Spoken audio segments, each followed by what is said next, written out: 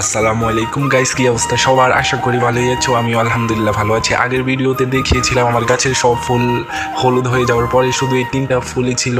এখন দেখো কয়েকদিন পরে এই ফুলগুলো বড় হয়ে মাশাআল্লাহ দিলে অনেক সুন্দর ফল হয়েছে, অনেক বড় বড়।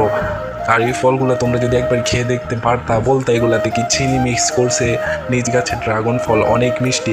এখনও সময় আছে, এই মাসে কোথাও থেকে ঢাল এনে লাগিয়ে দাও, পরের বছরে ইনশাল্লাহ তোমরাও ফল পাবে। অনেক মিষ্টি। একবার একটা ঠাল লাগিয়ে দেখো, যত্ন ছাড়াই এগুলো বেড়ে উঠে, কোনো যত্নই লাগে না।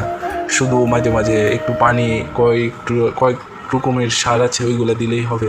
তোমরাও লাগিয়ে দেখতে পারো, অনেক সুন্দর ফল ধরেছে দেখো।